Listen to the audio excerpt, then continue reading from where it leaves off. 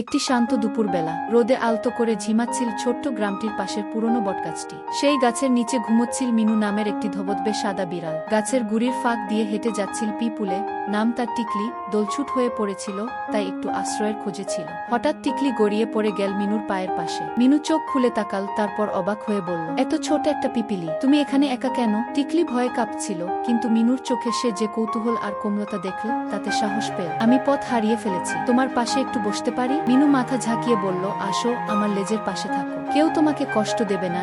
দিন গেল, রাত এল, একসাথে তারা কাটাতে লাগল সময়। টিকলি মিনুকে গল্প বলতো পিপিলিদের গুহার, খাবার খোঁজার অভিযানে, আর মিনু শোনাত ছাদের উপর ঘুমানোর কথা, রাতের জোছনায় হাঁটাহাঁটির গল্প। তাদের মধ্যে গড়ে উঠল এক অদ্ভুত সম্পর্ক, একটা বিরাট বিড়াল আর ছোট্ট পিপিলি। কেউ বলবে বন্ধুত্ব, কেউ বলবে ভালোবাসা। তারা কেউ কারো ভাষা পুরো বোঝে না, তবু হৃদয়ের কথা বুঝে ফেলে। একদিন টিকলির দল ফিরে এল। টিকলি যেতে চাইছিল না, মিনুর চোখে জল।